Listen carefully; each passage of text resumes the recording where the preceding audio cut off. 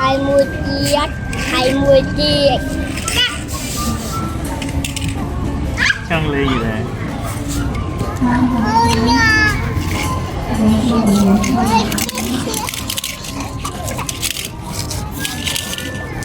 hai mươi chiếc 20 chiếc 20 10 chiếc 20 chiếc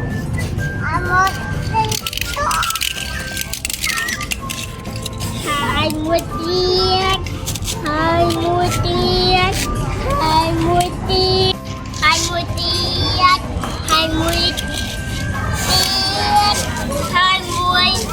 chiếc 20 chiếc 20 chiếc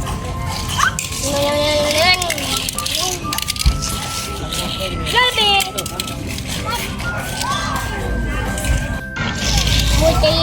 mua chiếc 10 tí 7 đồng bảy buồn đồng bằng 10 bê buồn Em vô con và mà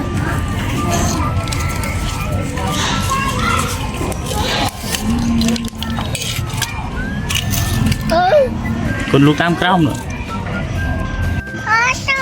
giờ giọt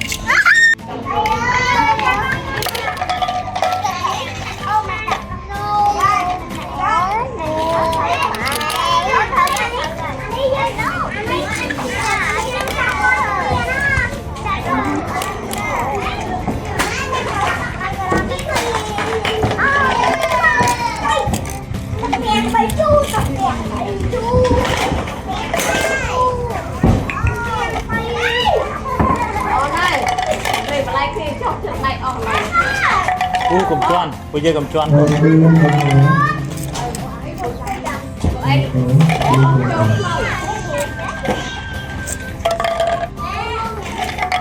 con hai này